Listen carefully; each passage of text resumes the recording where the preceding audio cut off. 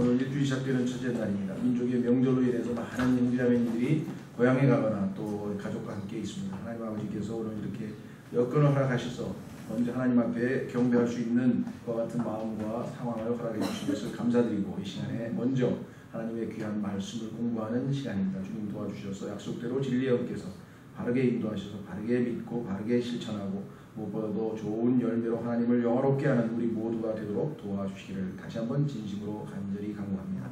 주님, 함께하지 못한 지체들에게도 주님께서 그들을 지켜 보호해 주시고 동일한 축복을 허락해 주시기를 간절히 바라옵고 하며, 이 시간 하나님 아버지 손에 부탁합니다. 심히 무지하고 무능합니다. 약속대로 진리의 영께서 바른대로 인도하실 뿐 아니라 주님의 영으로 충만히 채우시고 또 세우셔서 이 말씀의 사역을 온전히 성취해 하나님을 영화롭게 하도록 도우시기를 간절히 간구드립니다. 이 시간은 하나님 아버지 손에 온전히 부탁드리옵고 모든 말씀을 우리 주 예수 그리스도 이름으로 기도하옵나이다. 아멘.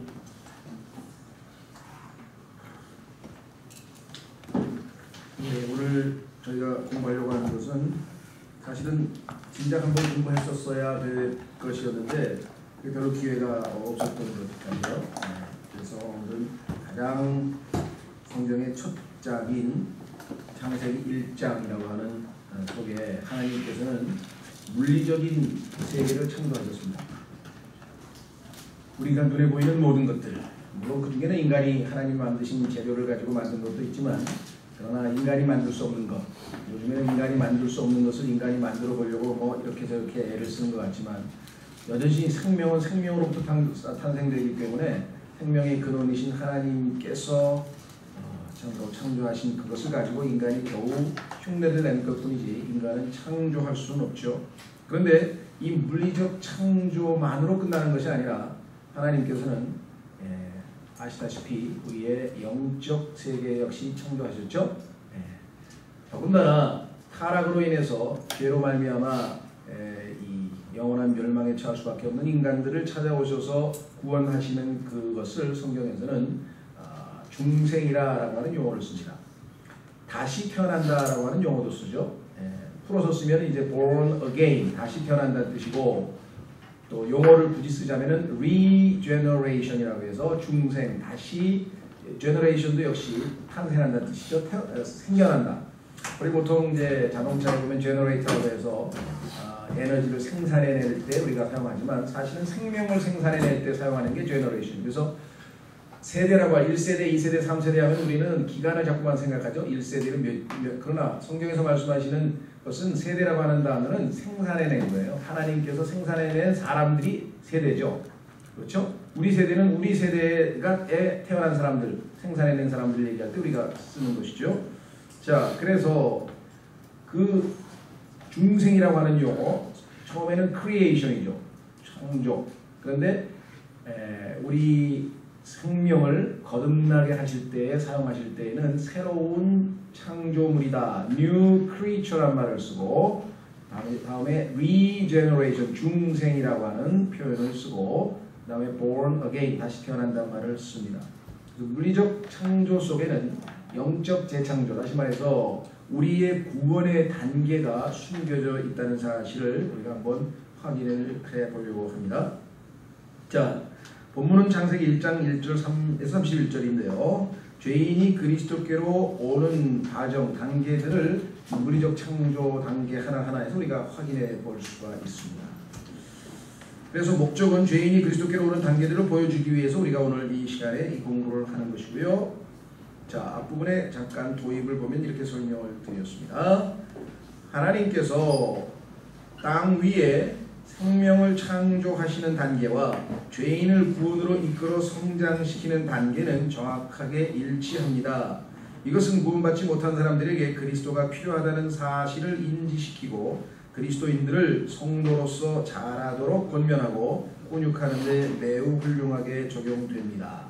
여러분들이 이 성경을 펴서 설명해 주면서 사람들이 정말 성경은 정말 대단한 책이구나, 하나님이 기록하시지 않고서는 도저히 이런 깊은 뜻을 우리가 헤아릴 수 없다라는 것을 생각하시면 되겠죠. 자, 그래서 첫 번째 제1단계로 가보겠습니다. 우선 창세기 1장 1절, 처음에 하나님께서 하늘과 땅을 창조하시니라. 이 말씀 하나가 믿어지면 성경 전체는 다 믿어지는 겁니다. 그렇죠? 이 말씀 하나만 믿으면 다 믿어지는 건데 사람들은 이 말씀을 못 믿죠. 그래서 과학, 진화론 이런 여러 가지 것들을 동원해 가지고 사람들이 투닥투닥한 그런 주장들을 내세우는데 과학자들조차도 요즘에는 창조라고 하는 하나님의 인격체이신 창조를 믿는지 안 믿는지는 떠나서 창조설이라고 하는 가설이 진화설이라고 하는 가설보다 훨씬 더 과학적이다라고 하는 데는 이제 양심적인 과학자는 아마 다 동의하는 것 같습니다. 물론 엉터리 같은 과학자들도 있겠지만요. 자, 그래서 그 얘기는 여기서 하는 게 아니고 오늘 하려고 하는 것은 2절부터입니다. 그런데 땅은 형태가 없고 창세기 1장 1절에 하나님께서는 하늘과 땅을 창조하셨는데 성경에 따르면 하나님은 완벽하게 아름답게 창조하셨습니다. 하나님의 성품과도 어울리겠죠? 완벽하게 아름답게 창조하셨는데 무언가 일이 터졌어요. 그래서 땅은 형태가 없고 그 다음에 비어있으며 그 다음에 어둠은 깊음의 표면 위에 있고 하나님의 영은 물들의 표면 위에서 움직이시니라. 그러니까 형태가 없다든가 비어있다든가 어둠이라든가 이런 표현들은 성경에서 하나님께서 심판을 하시고 난 이후의 징후들입니다. 심판을 하시고 나면 항상 이와 같은 모습들이 나타나는데 창세기부터 계시록까지 일관성 있게 나와 있습니다. 따라서 성경을 주의 깊게 읽는 사람이라면 이게 뭔 일이 있었겠구나 라고 하는 것을 보게 되겠죠. 더더군다나 우리 성경에는 이제 접속사를 생략했습니다만은 영어에 보면은 1절이 나오고 그 다음에 and라고 하는 표현이 나오잖아요. 그렇죠? 이거는 분명히 1장 1절에 사건이 끝나고 난 이후에 그 다음에 두 번째로 뭔가 어떤 사건이 터졌다는 얘기지 1장 1절을 재설명하기 위해서 하는 말은 아니죠. 그렇죠? 따라서 우리는 1장 2절은 1장 1절에 하나님의 완벽한 창조 이후에 뭔가 엄청난 일이 발생했다라고 하는 것을 알 수 있고 우리는 우리가 공부한 바에 의하면 여기에서 사탄의 타락과 하나님의 심판이 있었다는 것을 알 수 있습니다. 심판의 흔적이라고 하는 것은 역력하죠. 자, 그래서 마치 인간이 하나님께서 창세기 1장에서 아름답게 창조하셨는데 창세기 3장에서 타락한 모습과 지극히 같은 모습을 띠고 있죠.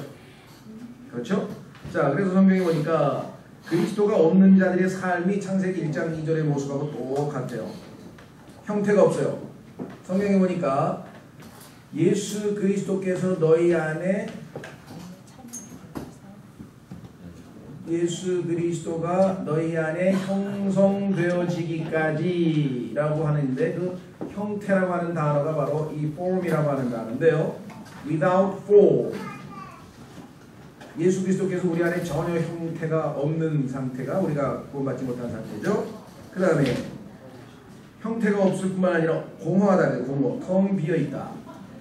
여러분 잘 아시는 전도서에서 헛되고 할 때 이 텅 비어있다고 하는 헛되다고 하는 표현 여러분 잘 아시죠?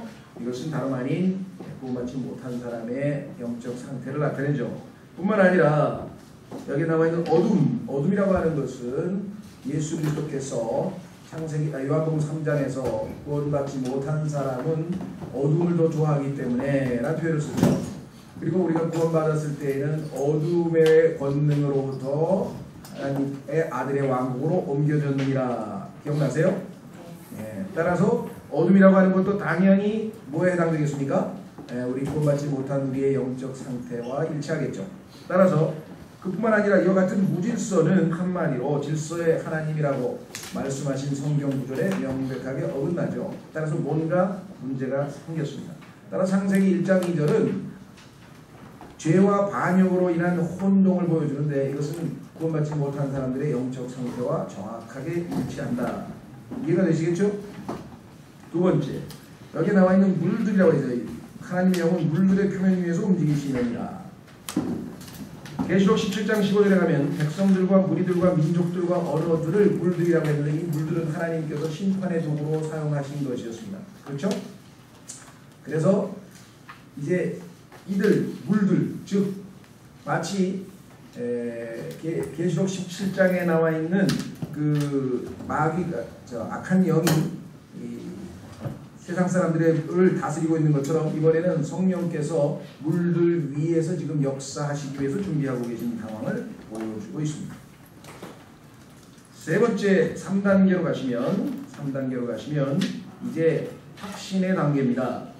성령께서 죄인에게 죄와 그리스도에 대한 필요성을 확신시킴. 자, 하나님의 영은 물들의 표현 위에서 움직이고 계십니다. 예수 그리스도께서 성령님을 보내신 이유에 대해서 이렇게 말씀하셨죠. 자, 사도행전 2장 37절 우선 가보시면 사도행전 2장 37절에 가시면 찔림이 나와요. 찔림. 하나님의 말씀을 듣는 순간 성령께서 그들의 마음을 찌른 상황이 나오죠. 사도행전 2장 37절.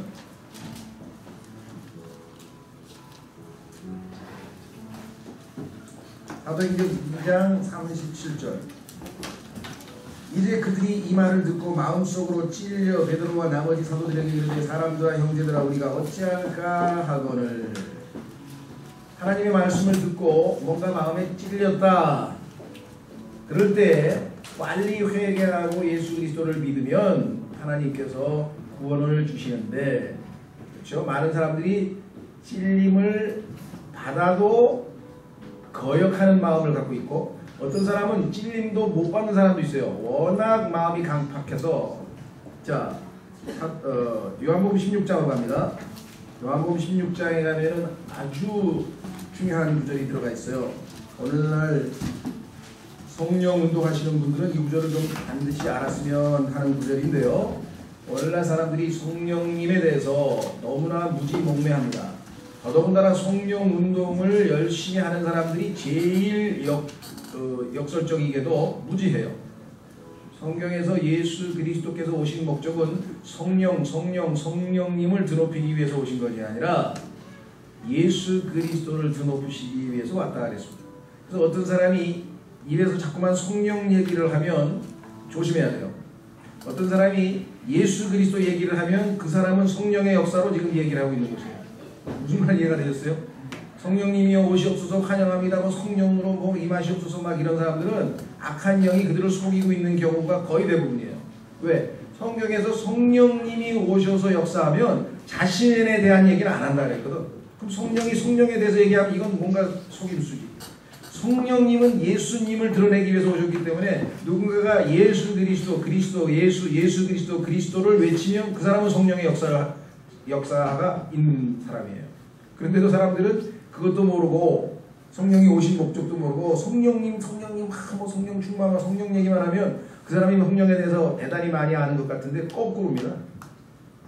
무슨 말이가 되셨어요? 요한복음 16장을 읽어보시면 성령님이 오신 목적을 예수님이 다 말해 놓으셨어요. 그런 짓을 할까봐. 성령님은 자기에 대해서 증언하러 오신 게 아니라 그랬어요. 성령님은 예수님을 높이기 위해서 오셨어요. 그래서 이 시대에 예수 그리스도를 언급하고 높이면 그것은 성령께 쓰임을 받는 분이구나 이렇게 생각하시면 된다. 자, 그런데 그 성령께서 오셔서 하시는 일 가운데 오늘 우리가 죄인에게 어떻게 역사하시나 보겠습니다. 요한복음 16장 8절. 예수님께서 성령님이 오시는데 그 성령님이 오시면 어떻게 역사하시는가. 8절. 그분께서 오셔서 죄에 대하여 의에 대하여 심판에 대하여 세상을 꾸짖으시리라. 성령님이 오신 다음에 하시는 역사는 첫 번째 구원받지 못한 세상에 대하여. 이 세상은 여러분 아시다시피 하나님께서 세상을 이처럼 사랑하사 했죠. 그 다음에 지금 금방 읽었던 창세기 1장 2절에 나오는 물들이 세상이라 그랬죠. 금방 찾아봐 계시록 17장에서 물들이 세상이라 그랬죠. 하나님께서 세상을 이처럼 사랑하사 세상. 그런데 그 세상에 오셔서 무슨 일을 하신다 그랬습니까? 꾸짖는다 그랬어요. 구원받은 하나님의 자녀는 13절에 모든 진리 가운데로 인도하신다 그랬어요. 그러니까 성령님께서 이 땅에 오셔서 하시는 수없이 많은 사역 가운데 가장 중요한 것은 두 가지입니다. 하나는 세상을 꾸짖고 성도들에게는 진리로 인도하시고. 무슨 말인지 아시겠죠? 두 가지를 반드시 기억하셔야 돼요. 성령운동의 아주 허와 씨를 우리가 여기서 명백하게 살펴볼 수 있는데 중요한 것은 8절에 9절에 죄에 대하여라 하면 그들이 나를 믿지 아니하기 때문이요. 죄라고 하는 것은 예수님을 믿지 않는 게 죄입니다. 이거는 성령님이 깨닫게 해주시기 전에는 절대로 깨달을 수가 없어요. 세상 사람들에게 물어보세요. 당신 죄인이냐? 그럼 죄인이라고. 뭐가 죄인이냐니까 제가 우리 부모님 속도 썩여드리고요. 아버지 주머니에서 돈 훔치고요. 그 다음에 거짓말도 하고요. 또 컨닝도 하고요. 아니면 욕도 하고요. 나쁜 짓 많이 했다. 예를 들면 그런 식의 죄를 얘기하죠. 사람들이 얘기하는 죄는 전부 그런 죄입니다. 그런데 성령님께서 우리에게 죄인인 것을 가르쳐줄 때에는 그 모든 죄값을 하나님께서 자신의 아들에게 십자가에서 다 대신 담당시키셨고 그가 부활하여서 너희 죄값이 다 청산되었는데 그 아들을 믿으라고 선포했는데 그 아들을 믿지 않았다? 그게 죄다.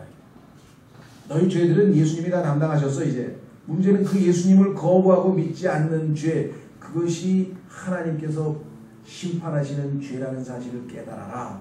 이게 성령님이 역사하시는 거예요. 성령님이 역사하시기 전에는 예수 안 믿는 게 왜 죄냐? 사람들한테 물어보세요. 예수님 안 믿는 게 왜 죄냐? 그러면 그 죄라고 생각하는 사람 거의 아무도 없어요.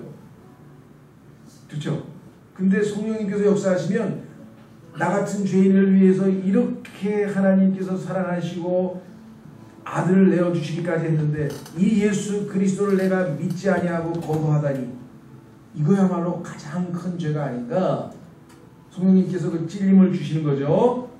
두 번째는 의에 대하여라 하면 내가 아버지께로 가므로 너희가 더 이상 나를 보지 못하기 때문이요. 10절. 이 세상 사람들은 다 죽으면 그냥 몸은 무덤에 묻혀있고 그 다음에 혼은 다 지옥으로 갑니다. 구원받지 못한 사람들이. 그런데 유독 단 한 분이 계셨는데 그분은 죽음 후에도 당당히 부활하셔서 아버지께로 가셨어요. 왜? 죄가 없으시니까. 따라서 예수님처럼 완벽한 삶을 살지 아니하면 하나님 앞에 받아들여질 수 없다는 거예요. 그래서 여기 나와 있잖아요. 의에 대하여라면 내가 아버지께로 가므로 너희가 더 이상 나를 보지 못하기 때문에. 석가도 부처도 마호메트도 이 세상의 모든 위대한 성인이라고 불리고 소크라테스 4대 성인이라고 불리우는 사람, 공자라고 불리우는 모든 사람들도 다 아버지께로 못 갔습니다. 죄인이기 때문에. 그래서 의인이신 분은 단 한 분, 예수 그리스도. 왜? 아버지께로 갔기 때문에. 그래서 예수님은 내가 곧 길이다. 나로 말미암지 않으면 아버지께로 올 수가 없다. 아무리 뛰어나고 의롭고 훌륭하고 선행을 해도 결코 올 수가 없다. 이렇게 말씀하신 거죠. 11절. 심판에 대하여라 함은 이 세상의 통치자가 심판을 받았기 때문이라. 너희가 나를 거역하고 나를 믿지 아니하면 이 세상의 심판자가 하나님 앞에 심판받은 것처럼 너희도 그와 같은 심판의 대상이 될 것이다. 이 세 가지를 성령님께서 깨닫게 해주시는 것이죠. 그게 지금 창세기 1장에 성령께서 물들 위에서 운행하시면서 사람들에게 세상을 지금 꾸짖고 계시는 거예요. 세상을 꾸짖고 계시는 거예요. 그렇죠? 자, 4단계, 제4단계 빛. 자, 창세기 1장에 보니까 드디어 빛이 있으라 하면서 빛이 있는 장면이 나오죠. 3절에 하나님께서 이르시되 빛이 있으라 하시니 빛이 있었고. 자, 새로 구원받은 죄인은 예수 그리스도의 얼굴에 있는 하나님의 영광을 알 수 있는 빛을 받게 됩니다. 자, 금방 읽었던 창세기 1장 3절뿐만 아니라 고린도후서 4장 4절로 가보세요. 고린도후서 4장 4절로 가시면 다름 아닌 이 창세기에 빛이 있으라라고 하는 그 말씀이 고린도후서에 기록되어 있어요.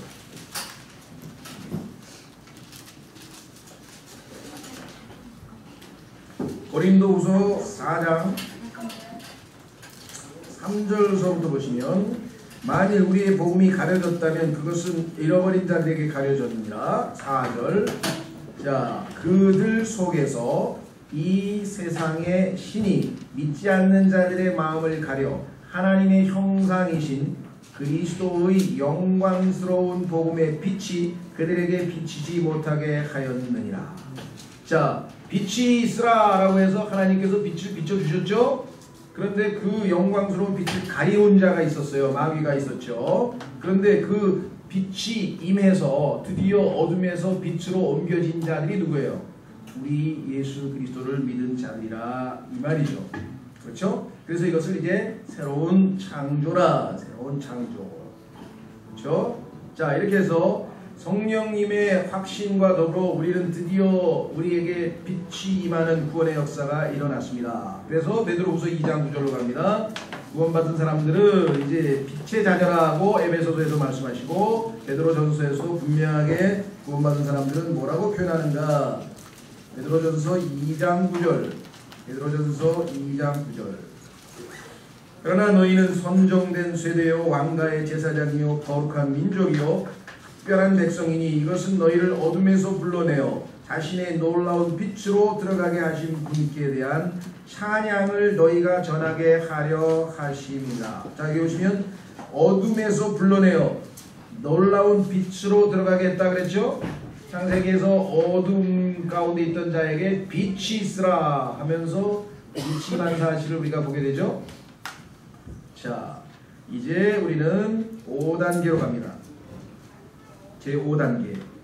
창세기에 나와 있는 물리적 창조와 우리의 영적인 구원과 어떠한 말씀의 관계가 있는가? 자, 창세기 1장 4절에 빛이 있으라 하니까 즉시 빛과 어둠이 나눠졌겠죠? 그렇죠? 4절. 하나님께서 그 빛을 보시니 좋았더라. 얼마나 그 빛이 쫙 임하면서 어둠이 물러나는 그 상황이 얼마나 하나님 보시기에 좋았느냐. 여러분들 여기에 성경에서 처음으로 좋았더라고 하는 단어가 쓰였습니다. 하나님께서는요 빛이 임하고 어둠이 물러가는 것을 기뻐하시는 것이에요. 어둠의 세력이 물러가는 것. 하나님께서 어둠에서 빛을 나누시고 자동이에요. 어둠과 빛은 함께 할 수가 없어요. 어둠과 빛은 함께 할 수가 없죠. 그 다음에 나누셨다고 했습니다. 그래서 예수 그리스도를 믿는 순간 하나님의 자녀들은요 그때부터 분명히 나누게 됩니다. 진리와 거짓을 나누게 되고 하늘나라와 지옥을 나누게 되고 진리와 거짓을 나누게 되고 성도와 믿지 않는 자가 나누어지고 그리스도와 세상이 나누어지고 하나님과 사탄이 나누어지고 쫙 모든 게 분리가 돼요. 그것을 성경에서는 나눔의 법칙이라고 하고 이 세상 사람들은 그것을 분별력이라고 해요. 나눌 수 있는 능력. 아, 이거는 이거하고 다른데 나누자. 이거하고 다른데 나누자. 그렇죠? 예. 그래서 분리와 나눔과 분리가 있습니다. 그래서 성경에 보니까 우리 고린도 후서에서도 14장 6장으로 가보겠습니다. 고린도 후서 6장. 신앙생활의 첫 단계는 뭐냐? 나누는 작업이에요. 빛이 임하면 여러분과 제 안에 하나님의 빛이 임하면 그때부터 나누기 시작합니다. 옳은 것과 그른 것 나누기 시작합니다. 고린도 후서 6장. 어떻게 나누는가 보세요. 14절. 고린도 후서 고린도 후서 6장 14절. 너희는 믿지 않는 자들과 더불어 공평하지 않게 멍에를 같이 매지 말라. 의와 불의와 무슨 사귐을 갖겠느냐. 나눠줘야죠. 빛이 어둠과 무슨 친교를 나누겠느냐. 그리스도와 벨리알과 무슨 일치를 보겠느냐. 혹은 믿는 자가 믿지 않는 자와 무슨 몫을 나누겠느냐.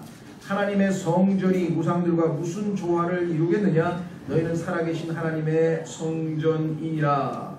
하나님께서 이르시되 내가 그들 가운데 거하고 그들 가운데 거닐며 나는 그들의 하나님이 되고 그들은 내 백성이 되리라. 주가 말하노라. 그러므로 너희는 그들 가운데서 나와 분리하고. 나와서 분리하라. 이것이 그리스도인에게 명령하신 첫 번째죠. 이스라엘 백성들 어떻게 했습니까? 출애굽 나와서 분리된 거죠. 애굽으로부터 세상으로부터 분리된 거 아니에요. 나와서 분리된다. 그리스도인이 됐다고 하는 것은 첫 번째 반응은 나와서 분리되는 겁니다. 더 이상 세상 친구들과 놀 수 없고 더 이상 세상 사람들과 어울릴 수가 없죠. 나와서 분리되고 부정한 것을 만지지 말라. 그리하면 내가 너희를 받아들여 너희에게 아버지가 되고 너희는 내 딸들이 아들 딸들이 되리라. 주 곧 전능자가 말하노라 하셨느니라. 그렇죠? 이와 같이 분리가 확실하게 되지 않으면 신앙생활이 잘 전개가 안 됩니다. 그렇죠? 많은 그리스도인들이 여기서 실패를 하는 것 같아요.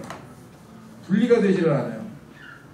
하나님은 빛이 임하면 빛과 어둠은 분리될 수밖에 없다. 분리. 제6단계로 가면 이제 분리된 그리스도인은 성장하기 시작합니다. 자라나기 시작합니다. 생명의 특징은 성장입니다. 성장을 멈춘 생명은 더 이상 생명이 아니죠. 그렇죠? 언제까지? 장성한 어른에 이르기까지, 분량에 이르기까지, 예수 그리스도의 장성한 분량에 이르기까지 이제 성장하기 시작합니다. 창세기 11장. 하나님께서 이르시되 땅은 풀과 씨 맺는 채소와 자기 종류대로 열매 맺는 과일나무 곧 열매 속에 씨가 있는 과일나무를 땅에 내라 하시니 그대로 되어. 계속해서 풀이, 그렇죠? 자라나죠? 성장하죠? 예, 마찬가지 우리 그리스도인들도 성장하고 자라납니다. 얼마나 이것이 중요합니까? 그런데 성장을 멈추어버린 그리스도인. 그렇죠? 성경에서 얼마나 답답하면 고린도전서 3장에서 너희가 어찌하여 지금쯤이면 충분히 어른이 됐어야 될 상황에 아직도 어린아이냐 야단치고 있죠? 확인해 보겠습니다. 고린도전서 3장. 제일 어린아이는 두 부류인데요. 하나는 이 순복음교회 다니시는 분들, 은사주의 쪽에 계신 분들은 다는 아니지만 분위기가 전반적으로 하나님보다는 하나님께서 주시는 그 무엇에 관심이 많아요. 하나님이 중요한 게 아니라 하나님께서 주시는 축복이나 은혜나 뭔가 그거에 관심이 있으면 영적으로 어린 거죠. 그렇죠? 그 다음에 소위 말하는 복음교회 또는 구원파라고 하는 분들은 구원을 받아서 엄마 뱃속에서 딱 태어난 다음에 그 다음부터 아무것도 안 합니다. 둘째 주에도 구원에 대해 설교하고 셋째 주에서도 구원에 대해 설교하고 1년 내내 구원 얘기만 하는 거예요. 1년 내내. 그렇죠? 태어났으면 엄마 젖을 먹고 자라나서 1살 되면 걷기도 하고 미움도 먹고 2살, 3살에 밥도 먹고 5살, 6살에 고기도 먹고 학교도 가고 이게 아니고 계속 젖만 먹는 거예요. 계속. 기형이 되어버리는 거예요. 그 성경에서 하도 답답하니까 하나님께서 성경에서 꾸짖는 장면이 나오죠. 고린도전서 3장 보십시오. 고린도전서 3장. 찾으셨습니까? 1절. 고린도전서 3장 1절. 형제들아 내가 영에 속한 자에게 말하는 것 같이 너희에게 할 수 없소서. 영에 속한 자를 성경에서는 성숙한 사람이라고 합니다. 육신에 속한 자 곧 그리스도 안에 있는 갓난아이들에게 말하는 것 같이 하였노라. 갓난아이는요 베이브예요. 베이브. 이 베이비인데요. 이 베이비는 차일드도 안 돼. 아직 4, 5살도 안 됐어. 그냥 계속 갓난아기로 있는 거예요. 그래서 2절 내가 너희를 젖으로 먹이고 음식으로 하지 아니하였나니 이는 지금까지 너희가 그것을 능히 감당하지 못하였으며 지금도 능히 못하기 때문이라. 너희가 아직도 육신에 속하였도다. 너희 가운데 시기와 다툼과 분열이 있으니 너희가 육신에 속하여 사람들처럼 걷지 아니하느냐. 영적인 어린 아기의 특징은 뭐냐? 자기중심적이에요. 그래서 항상 시기와 다툼과 분열이 있습니다. 세상 말로 하면 져주면 싸움을 걸어오면 져주면 싸움은 더 이상 없습니다. 그렇죠? 근데 여기서 분열, 다툼, 시기 이것은 이기적인 자기중심적인 생활을 하기 때문에 이런 문제가 생겨요. 그렇죠? 따라서 분명하게 성경에서 영적 성장에 대해서 히브리서에서도 말씀하고 있고 계속해서 언급하고 있어요. 그래서 우리는 창세기 1장에서 성장하는 모습을 우리의 영적 성장에 비춰봤고요. 그 다음에 7장에 가면 잘 자라면 나무가 잘 자라면 어떻게 됩니까? 당연히 탐스러운 열매를 맺습니다. 나무가 잘 자라면 탐스러운 열매를 맺어요. 어떤 사람이 영적으로 성장했냐 안 성장했냐는 겉으로 무슨 점잖게 걸어가거나 형식적인 어떤 외형적인 모습이 아니라 그 사람의 삶에서 열매가 맺혀졌느냐, 그 열매를 성경에서는 성령의 열매라고 합니다. 갈라디아서 5장. 갈라디아서 5장으로 가면 여러분과 저의 삶에 이와 같은 성품이 드러났다. 저 사람 성장했구나. 열매 맺고 있구나.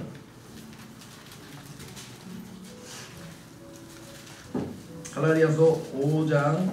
그런데 요한복음 15장에 따르면 우리가 열매를 많이 맺으면 하나님께서 영광을 받으실 것이요. 여러분들 하나님께서 영광 받으시는 게 뭡니까? 의리의리하게 어마어마하게 예배당을 짓는 겁니까? 아니면 엄청난 헌금을 하는 겁니까? 아니면 헌신해서 선교사로 가서 몸을 하나님께 드리는 겁니까? 아니면 정말 모든 걸 다 바쳐서 형제자매들을 섬기는 겁니까?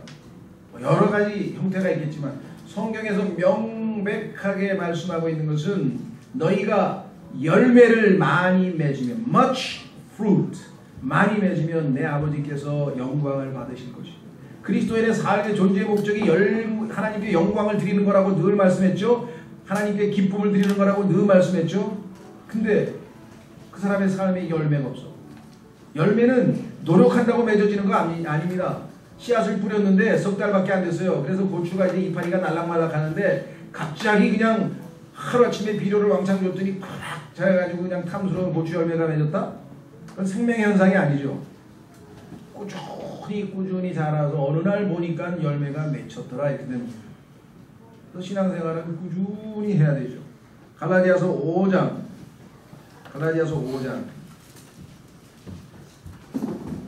22절. 그러나 성령의 열매는 한 종류예요.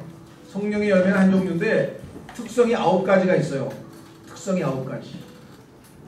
9가지 종류의 열매가 아닙니다. 열매는 한 종류예요. 근데 특성이 9가지가 있어요.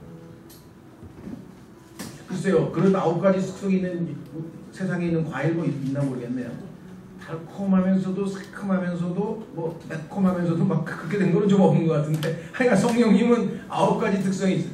첫째는 사랑, 기쁨, 화평, 오래 참음, 부드러움, 선함, 믿음, 온유, 절제니 이 같은 것을 대적할 법이 없느니라. 이것은 생명의 현상으로 성령님께서 우리 안에서 역사하시면 계속 바깥으로 표현이 되기 때문에 억지로 한다고 될 일이 결코 아니라는 거죠. 근데 어떤 분은 오해를 해서 이렇게 말하는 분이 있어요. 저는요 사랑과 기쁨과 화평과 오래 참음과 부드러움과 선함과 믿음 다 맺히는데 온유하고 절제가 안 맺히는데요 라고 하는 것은 오해입니다. 그러면 다 맺히는 거예요. 그럼 앞부분 7개 맺히는 것 같은 거 뭐냐, 그거는 착각이죠. 무슨 말인지 이해가 되셨어요? 항상 성령의 열매는 온유가 필요할 때는 온유로 표현되고 절제가 필요할 때는 절제로 표현되고 사랑이 필요할 때는 사랑으로 표현되고 항상 있는 거지, 어느 순간에 하나만 맺혔다가 어느 순간에 안 맺혔다 그런 표현은 잘못 알아서 그래요. 성경은 fruits가 아니에요. fruit 하나뿐인데 9가지가 항상 필요 상황에 따라서 나타나는 거지 다 되는데 2개가 안 되더라고요 막 이러는 분은 인위적으로 자기 의로 7개를 마치 성취하고 정복한 것처럼 착각한 것 뿐인데 상황만 주어지면요 즉시 미움이 나타나고 상황만 주어지면 즉시 슬퍼지고 그래요. 그러니까 성령님은 한 분. 자, 그래서 열매 맺음 얼마나 감사합니까? 이렇게 열매를 맺으면은요 그 다음에 창세기 1장 26절에 도미니언, 지배라는 말이 나와요. 땅을 지배하라. 성령의 열매가 있는 사람들이 가면요 평정이 돼. 다툼에서 다툼이 종결될 거 아니에요. 그렇죠? 네. 그 사람이 딱 가서 성령의 열매를 쫙 맺으면은 주변에 있는 사람들이 뭐 싸우고 다투고 뭐 약간 막 엉망이 되더라도 그 상황을 통제할 수, 지배할 수가 있는 사람이에요. 야, 그 사람이 있으면 감히 막 쌍욕을 하려다가도 못해. 다투려고 하다가도 못해. 왜? 성령의 임재가 느껴지기 때문에. 그렇죠? 야, 저 사람이 있는데 우리 싸우지 말자. 이렇게 된다 이거예요. 대단하죠? 아무것도 아닌 것 같은데. 그렇죠? 예수 그리스도를 보더니 그분의 하시는 말씀의 권위 앞에 전부 다 입을 다물고 그 권위에 순복하고 말았던 것이에요. 그것을 지배라 그래요. 여러분이 가서 지금부터 대 밑에 딱 무릎 꿇어 라고 할 필요가 없어요. 그거는 권위주의고 그거는 독재고. 그게 아니라 한 말도 안 하고 조용히 섬기고 그냥 조용히 있는데 저 사람을 보면 갑자기 막 제멋대로 행동하던 사람도 질서를 잡고 막 욕을 하려던 사람도 갑자기 말소리가 부드러워지고, 그게 도미니언이에요. 예수 그리스도께서 이 땅에 오셔서 하실 때 그와 같은 역사가 곳곳에서 벌어졌죠. 그뿐이 아니에요. 하나님의 형상 9단계 1장 26절에 하나님께서 하나님의 형상대로 우리를 지으셨다 그랬죠. 결국은 예수 그리스도께서 이 땅에 오신 궁극적인 목적은 우리를 다 예수 그리스도처럼 만들어 버리시는 거예요. 여러분의 목표가 여기에 미치지 못하면 신앙생활을 지금 잘못 잡고 하시는 거예요. 이 땅에서 어떻게든지 축복받고 어떻게든지 잘되고 어떻게든지 성공해버리라 라고 한다면, 또 이 땅에서야 이렇게 살든 저렇게 살든 그게 무슨 상관이야, 나는 하늘나라만 가면 된다, 절대 그건 오해입니다. 제일 비참한 게 하늘나라만 가는 거예요. 왜? 이 땅에서 하늘나라만 가려면 뭐하러 이 생고생을 하고 살아요. 딱 예수 믿고 바로 그 다음날 딱 약 먹고 자살하고 가지 하늘나라로. 거기 가면 얼마나 좋아요. 뭐하러 여기서 살아요. 여기서 사는 이유가 있어야 될 거 아니에요. 예수 그리스도께서 우리 안에 말씀의 씨앗으로 떨어지셨습니다. 이제 싹이 났습니다. 그것이 자라납니다. 형성되어져 갑니다. 예수님의 모습이 우리 안에서 보여집니다. 그렇죠? 엄마하고 아버지하고 결혼했습니다. 그래서 서로 동침을 해서 자녀가 안에 잉태되었습니다. 처음에는 이게 뭔가 싶었는데 5주, 6주, 7주 가니까 점점 태아가 사람의 모습을 띠고 있습니다. 10주, 20주 가니까 점점 더 진짜 사람처럼 돼갑니다. 신기하고 성장하고 있죠? 여러분 안에도 그렇습니까? 예수님 믿을 때 3년 됐습니다. 조금 예수님 비슷하게 보일락 말락 하는데 5년 됐습니다. 조금 향기가 더 납니까? 더 10년 됐습니다. 20년 됐습니다. 저 사람 안에 예수 그리스도가 있는 것 같아 라고 사람들이 보나요? 하나님의 의도는 그것이었어요. 하나님의 형상이 우리 안에 재창조된 것이에요. 그래서 골로새서 3장 10절에도 하나님의 형상, 하나님의 형상, 하나님의 형상, 한 구절만 찾겠습니다. 로마서 8장 29절. 궁극적으로는 다 그렇게 될 거예요. 그러나 지금 현재 하루하루의 삶에서 여러분 가지가 하나님의 형상을 드러내고 사느냐 그렇지 않느냐, 마지막에는 되겠죠. 그러나 여기에서 하나님의 형상을 많이 닮을수록 우리는 상급도 많이 받고 하나님도 더 기쁘시게 해드리고 보람 있는 인생이 되는 거죠. 로마서 8장 29절. 그분께서 자신이 미리 아신 자들을 또한 예정하사 자신의 아들의 형상과 같은 모습이 되게 하셨나니. 그렇죠? 흉내내는 게 아니라 예수님께서 말씀을 하셨습니까? 형제님, 자매님 너무너무 아름다우셔. 이거 말고 이렇게 말을 가식적으로 하는 게 아니라 자연스러우면서도 뭔가 예수 그리스도의 뭔가가 풍기는 것. 그렇죠? 그걸 성경에서는 바로 하나님의 형상이라고 얘기합니다.